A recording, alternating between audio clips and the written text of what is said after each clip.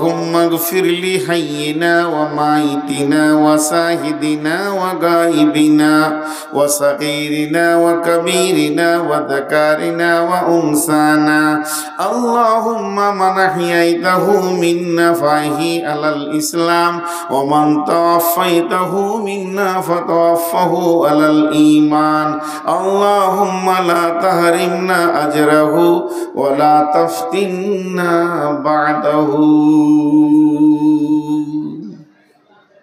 গোটা দোয়াটার ভিতরে ওই মৃত্যুটার কথা একবার আছে খালি, ওর একালাই যত কবরে মরে যায়। আল্লাহুম্মা গফির লি হাইয়িনা ওয়া মাইতিনা, এরপরে আর মৃত্যুর কথা কিছু নাই। যে প্রেজেন্ট আছে তাকে মাফ করো, যে গায়েব আছে তাকে মাফ করো, ছোটকে মাফ করো, বড়কে মাফ করো, পুরুষকে মাফ করো, নারীকে মাফ করো। আল্লাহ ইসলামের মধ্যে আমাকে রাখো, ইসলামের সাথে আমাকে মত দাও। সমস্ত দোয়াটা যদি আপনার সমস্ত দোয়াটা যদি 1 ফুটের লম্বা হয়, 20 লাইনের হয়, সামান্য কিঞ্চিত শুধু মুর্দার জন্য দোয়া, তাও আবার সেটা কেমন কথা শুনেলেন? ওই কথাটা একবার খালি বলবে ইমাম, ওয়া মাইতিনা, হে আল্লাহ তুমি জীবিতকে মাফ করো এবং মৃত ব্যক্তিকে মাফ করো। একবার বলে দিল আল্লাহুম্মা গফির লি হাইয়িনা, আবার জীবিতকে প্রথম বলেছে, তারপরে মৃতকে বলেছে। তাহলে জীবিতকে এত গুরুত্ব দেওয়া হলো কেন? জীবিতকে এত ডাকা হলো কেন? মৃত ব্যক্তিকে শুধু একবার বলে ছেড়ে দেওয়া হলো, তাহলে ওকে একবার বলা হলো কেন? ও সুদ খাবে, চুরি করবে, লুচ্চামি করবে, বাটপাড়ি করবে, মাতালামো করবে, জেনা করবে, ব্যভিচার করবে, লোকের মাল মেরে খাবে, আর আমি যে জানাজা পড়ে দেব আল্লাহ জান্নাত দিয়ে দেবে, এটা হবে না। তুই এসেছিস, দরখাস্তটা দিয়ে চলে যা, যা করার সাইজ আমি আল্লাহ ওকে সাইজ করব। অনেকে আবার গল্প করে, হাজির জানাজায় এত লোক হয়েছিল জীবনে দেখিনি, তোদের দেখার লাভ নাই, তুই চলে যা। একবার খালি বল ও মাইতিনা, আল্লাহ মৃত ব্যক্তিদের মাফ করে দাও। যতগুলো মৃত ব্যক্তি আছে সেই সিরিয়ালে তুই বলতে এসেছিস একবার বলবি, কিন্তু যতগুলো বলছিস তুই জীবিতর জন্য বলছিস, একটা মৃতর জন্য আর তোর দোয়া নাই। তার কারণটা কি বন্ধুরা আমার? ইজা মাতাল ইনসানু ইনকাতা আনহু আমালুহু, মানুষ যখন মরে যায় ওর আমলের কডলাইন কেটে যায়, ওর আর সোজা হব, ভালো হব, তওবা করব, এই রাস্তাটা চলে যায়। কিন্তু যে জীবিত গুলো গেছে তাদের কিন্তু কডলাইন এখনো কাটেনি। এরা যদি চেতনায় ফিরে আসে, বিবেক বিবেচনাটাকে কাজে লাগায়, তাহলে এদের হেদায়েতের রাস্তাটা খুলে যাবে। এর জন্য আমার নবী 2 পাহাড় উহুদ পাহাড়ের নেকি ঘোষণা করলো। খালেক চ, মালেক চ, জমিনিল চ, সফিরুল চ, হবিবুর চ, সমীর চ, যতজন আছিস উজু করে কাতারে দাঁড়িয়ে যা, কারণ তোদেরকে ওই জানাজার দৃশ্যটা দেখার জন্য নবীজি এত ফ্যাসিলিটি দিয়েছেন। একজন দার্শনিক বলছেন, একটা জীবিত ব্যক্তি মৃত হয়ে, একটা জীবিত ব্যক্তি মৃত হয়ে কিভাবে মা বাপ ভাই বোন জমি জায়গা ঘর বাড়ি সমস্ত মহব্বতকে কেটে ধীরে ধীরে একটা অন্ধকার গড়ে ঢুকলো। এই দৃশ্যটা যদি কোনো জীবিত একবার দেখে আসে, আর ওই দেখার পর যদি তার রাস্তা চেঞ্জ না হয়, ওকে পৃথিবীর কোনো ইউনিভার্সিটি মানুষ বানাতে পারবে না। একটা জীবিত ব্যক্তি যখন মৃত ব্যক্তির বিদায়কে দেখবে, তখনই তার আকেল বিবেক খুলে যেতে হবে যে আমার আমারও ওই দিনটা আছে। এই বিবেকটা যদি কার না খোলে, এই বিবেকের চেতনা যদি কার না হয়, বন্ধুরে ওকে পৃথিবীর সেরা ভার্সিটিতে যদি দেন, আর মদিনা ইউনিভার্সিটিতেও দেন, আর কোরআন হাদিসের যদি দাস দেন, ওর মতো হতভাগা মূর্খকে রাস্তা দেখাবে কেউ পৃথিবীতে নাই। অতএব তুমি জানাজাতে হাজিরি দাও, যে কোনো মুসলমান মরবে তুমি হাজিরি দিয়ে দাও, আর ওই দৃশ্যটা দেখো, আর নিজের জন্য একটা সাবজেক্ট তৈরি করে লাও। এমন একটা দিন আসবে, সেই দিন আমার এই পালাটা পড়বে, গাঁওয়ালা থেকে যাবে, আত্মীয় স্বজন থেকে যাবে, মাও থেকে যাবে, জমি জায়গা থেকে যাবে, শুধু বিদায়টা আমার হবে। ওই দিনটা কেমন হবে? আজকে জীবিত অবস্থায় তুমি তোমার রাস্তাকে বেছে নাও।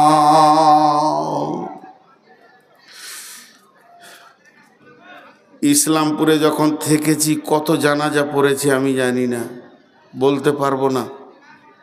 ভাষায় পাই এলিজাবাদ আর দোগাছি হাট মাঝে একটা মার্ডার হয়েছিল। আমরা তখন ছোট ছেলে, সে জানাজাও পড়েছি।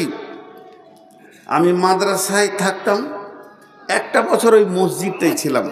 আমার মামাকে আপনারা চিনবেন, আমার মামা শিক্ষক ছিলেন, মসজিদের রুমটাই থাকতাম।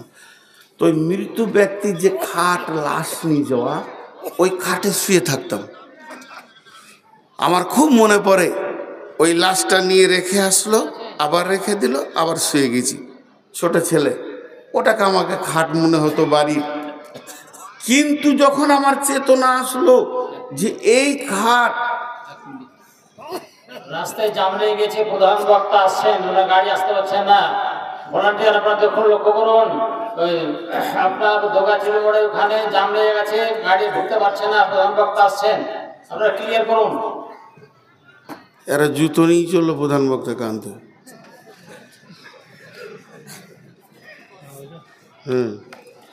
বুড়া মানুষকে রেখে নিলে আমাদের দৃষ্টিতে বুড়া উঠতে দেওয়া নিষেধ আছে। আমার 12 বছর বয়স। তো যে কথাটা আপনাদেরকে বলছি, খালি আল্লাহ রসুলের ক্যাপাসিটিটা দেখেন, জীবিতকে জ্ঞান আনতে পাঠাচ্ছেন। একটু ধ্যান দেন, একটু মনোযোগ, এখানে অনেকগুলো ডিপলি কথা আছে। তো আল্লাহ তাবারাক ওয়া তাআলা রসুল এত সুন্দর করে বানিয়ে দিলেন, যাও তুমি ওখানে দাঁড়িয়ে দেখো। তো অনেক লাশকে জানাজা পড়েছি, একটা বাস্তব ঘটনা বলছি। তখন এই যে সুলাইমান ভাই, এরা সব ছাত্র আমরা ছিলাম, মনে আছে, মুজাহির ছিল। একটা মৃত জানাজা হলো, ওই কথা বলছেন কেন, ধ্যানের সঙ্গে শোনেন, প্র্যাকটিক্যাল বলছি, আপনাদের এলাকার কথা বলছি। জানাজা হলো, তো দাফনের কাজ চলছে, আর আমাদের 2 জন শায়েখ, আল্লাহ জান্নাত নসিব করুন, আল্লাহ 2 জন শায়েখ এবং মৌলানা আলী হোসেন, মৌলানা মুজিবুর, আহা, আল্লাহ তাদেরকে জান্নাতুল ফেরদাউসের মেহমান বানান। জোরে বলেন আল্লাহুম্মা আমিন। ওই ব্যক্তিরা একটা বোড়ের গাছে দাঁড়িয়ে আছে, বোড়ের গাছের নিচে, আর আমরা ছাত্রগুলো একটু দূরে দাঁড়িয়ে আছি। কিন্তু 2টি এরকম বাচ্চা, মাদ্রাসারি বাচ্চা, তাদের এখন কোনো জ্ঞান হয়নি, মওত কি কবর কি জানে না।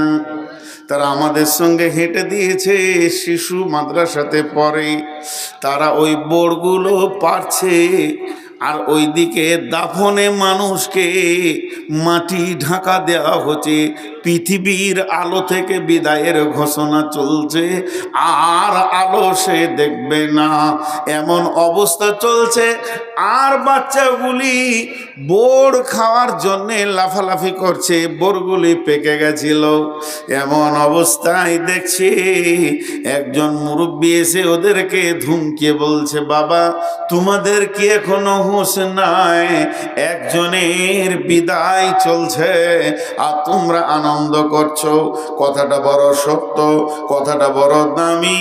আমরা ধীর চোখে দেখলাম কথাটা বড় দামি, কিন্তু বন্ধুরে ওই জায়গাতেই জানাজা পড়েছে এমন কয়েকজন ব্যক্তি, তারা আপোষে এত আনন্দ ঠাট্টা মজা করছে, মনে হচ্ছে না তারা বিদায়ের গোরস্থানে এসে হাজির হয়েছে। তাদের চোখে পানি নাই, মনে কোনো ব্যথা নাই, মনে কোনো অন্য টেনশন নাই। তারা গোরস্থানে গিয়ে হাসতে পারে এমন ব্যক্তি পৃথিবীর বুকে আছে। হালাকে বিশ্বনবী যখন কোনো দাফনে যেতেন তখন মাটিকে এইভাবে খুঁড়তেন আর এত ধ্যানের সঙ্গে থাকতেন, মনে হতো যেন মানুষটি অনেক চিন্তিত অবস্থায় আছে। বন্ধুরে, এর নাম হচ্ছে কবর।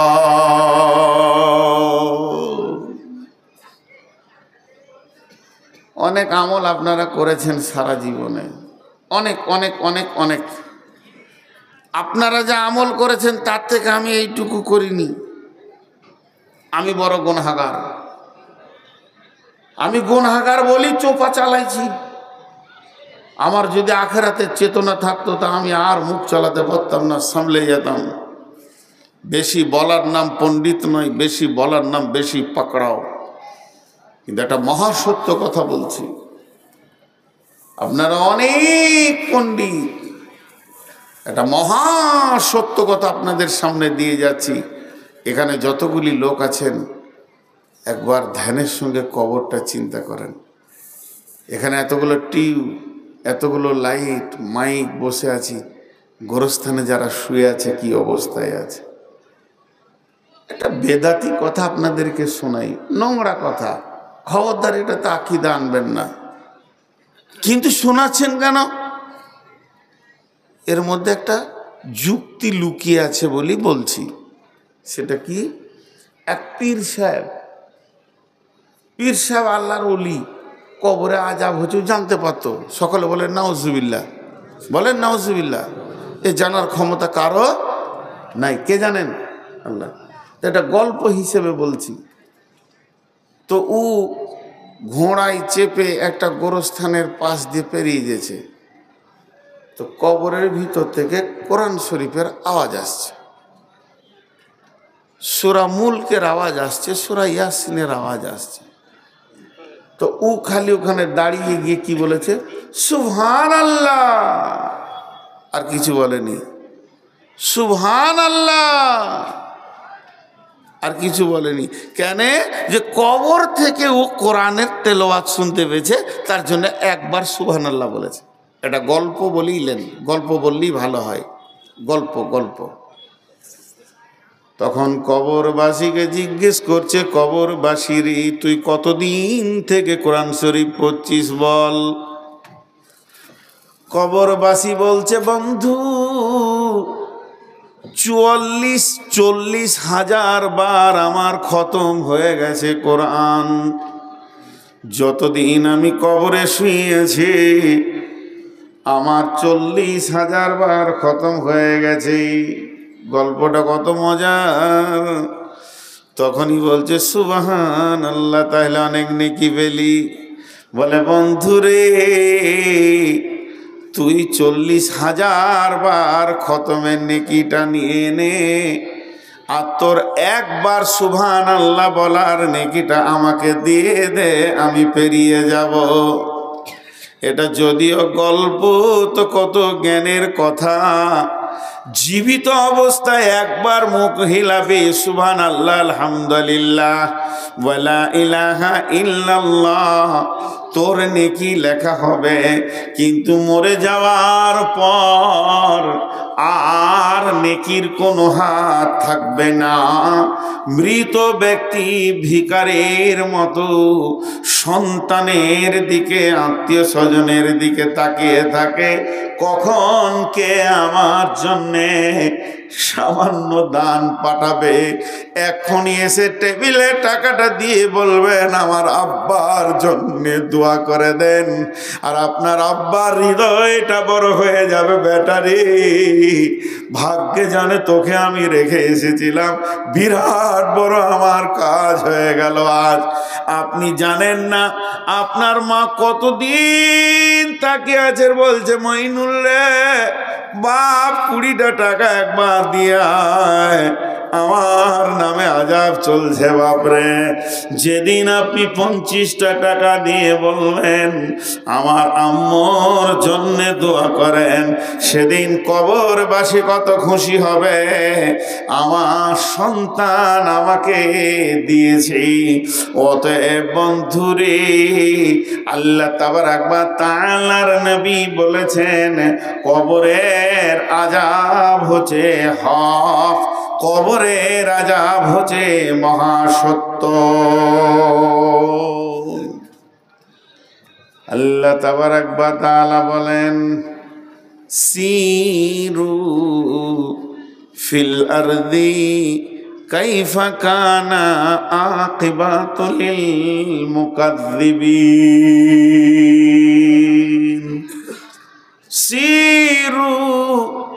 সিরু ফিল আরদি কাইফা কানা আকিবাতুল মুকাজ্জিবিন। জমিনের বুকে ছড়িয়ে যাও, হে জলসায় যতজন আছেন, 20 টাকা 50 টাকা 100 টাকা 200 টাকা নিয়ে সফর শুরু করে দেন। আপনারা কলকাতা যান, শিলিগুড়ি যান, গৌহাটি যান, যত যেমন টাকা আছে বাংলাদেশে চলে যান, কুয়েত যান, তবে আল্লাহর ডাকে সারাটা দেন। উমরা পারলে করেন, হজ করেন।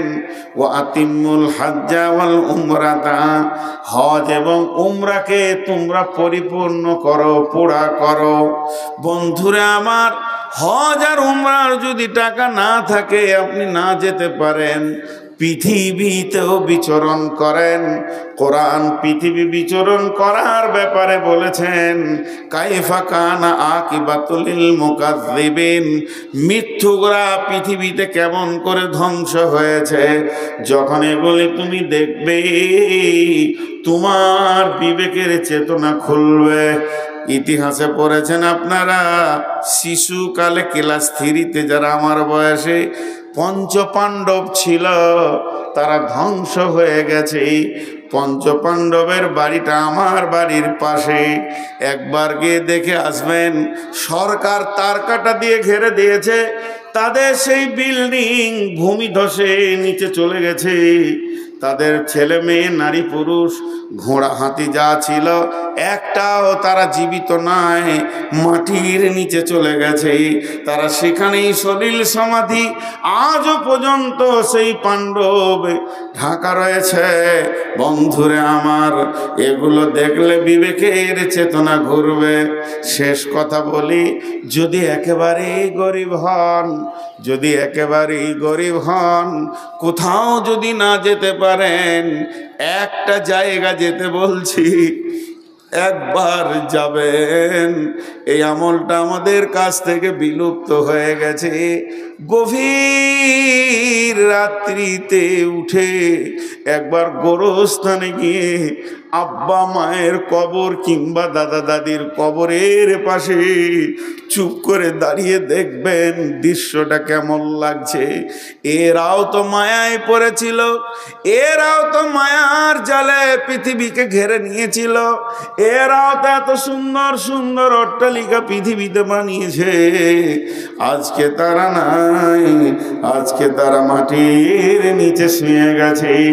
এর জন্যে কবর জিয়ারত হলো একটা আমল। দলিল শুনেলেন, আল্লাহর নবী কখনো কখনো রাত্রিতে উঠে গারকুল বাকিতে চলে যেতেন, কখনো কখনো উহুদের প্রান্তে যেখানে 70 জন লাশ শুয়ে আছে সেখানে চলে যেতেন। আম্মা জান আয়েশা বলছেন, আমি বিছানায় যখন 2-1 দিন পেতাম না, তখন মনে মনে ভাবতাম, না জানি নবী আমার অন্য কোনো বিবির বাড়িতে চলে গেছেন কিনা। তাই আমি একদিন করলাম কি, ঘুমানোর ভান করে পড়ে আছি, আর দেখব নবীজি যেন অন্য সতীনের বাড়ি না চলে যায়। 17-18 বছরের কচি মহিলা আম্মু জান ঘুমানোর ভান করে পড়ে আছেন। বিশ্বনবী গভীর রাতে উঠেছেন। ওঠার পরে তিনি হাত মুখ কুচলে উজু টুজু করে কাপড় চাদর গায়ে দিয়ে বের হতে শুরু করেছেন। এমন সময় আম্মা জান আয়েশাও বলছেন, আমি গোপনে গোপনে রসুলের পেছন দিয়ে হাঁটতে শুরু করলাম। নবীজি জানেন না আমি তার পেছনে রয়েছি। আমি দেখলাম বিশ্বনবী কোথাও গেলেন না, সোজা গারকুল বাকিতে, যেখানে 12,000 শহীদ শুয়ে রয়েছে, সেই কবরের পাশে ওই চাঁদনি রাত্রিতে সাদা কাপড় পরে আমার হাবিব ফজর পর্যন্ত দাঁড়িয়ে দাঁড়িয়ে কাটিয়ে দিলেন। আমরা কখন রেখে এসেছি মাকে, কখন রেখে এসেছি আব্বাকে, কখন রেখে এসেছি নানি নানা দাদি দাদাকে, এখনো আমাদের সময় হয় না তার একবার খবর নেই। আল্লাহ তাবারাক ওয়া তাআলা বলছেন, মিন আইয়িন খালাকাহু মিন নুতফাতিন খালাকাহু ফাকাদ্দারা সুম্মা সাবিলা ইয়াসসারা সুম্মা আমাতাহু ফাআকবারা। মিন আইয়িন খালাকাহু, কোন জিনিস থেকে তোমাদেরকে আমি বানিয়েছি। মিন নুতফাতিন খালাকাহু ফাকাদ্দারা, মা বাপের বীর্য থেকে বানিয়েছি, এত সুন্দর চেহারা দিয়েছি। সুম্মা আমাতাহু ফাআকবারা, আবার তোদের এই চেহারাটাকে আমি মারব, লাশ বানিয়ে তোদেরকে কবরে ভরব। আল্লাহর চ্যালেঞ্জটা দেখেন। মিন আইয়িন খালাকাহু মিন নুতফাতিন খালাকাহু ফাকাদ্দারা সুম্মা সাবিলা ইয়াসসারা সুম্মা আমাতাহু ফাআকবারা। বিশ্ববাসীরে, যে দিন থেকে তোদেরকে আমি বানিয়েছি, 2টি বীর্যকে এক জায়গায় শুক্রাণু ডিম্বাণুকে করে তোর মতো সুন্দর পুরুষটাকে আমি বের করলাম, মহিলাকে বের করলাম। সুম্মা সাবিলা ইয়াসসারা, যে রাস্তা দিয়ে তুমি পৃথিবীতে এসেছো, এটা সোনার দরজা নয়, বরং পেচ্ছাবের রাস্তা দিয়ে 2 বার বের হয়েছো। একবার বাপের পেচ্ছাবের রাস্তা দিয়ে, আর একবার মায়ের পেচ্ছাবের রাস্তা দিয়ে তুমি পৃথিবীতে এসেছো। কিসের এত তোমার অহংকার? সুম্মা সাবিলা ইয়াসসারা, আমি সেটাকে আসান করে দিয়েছিলাম, তবেই মা তোমাকে পৃথিবীতে এনেছি।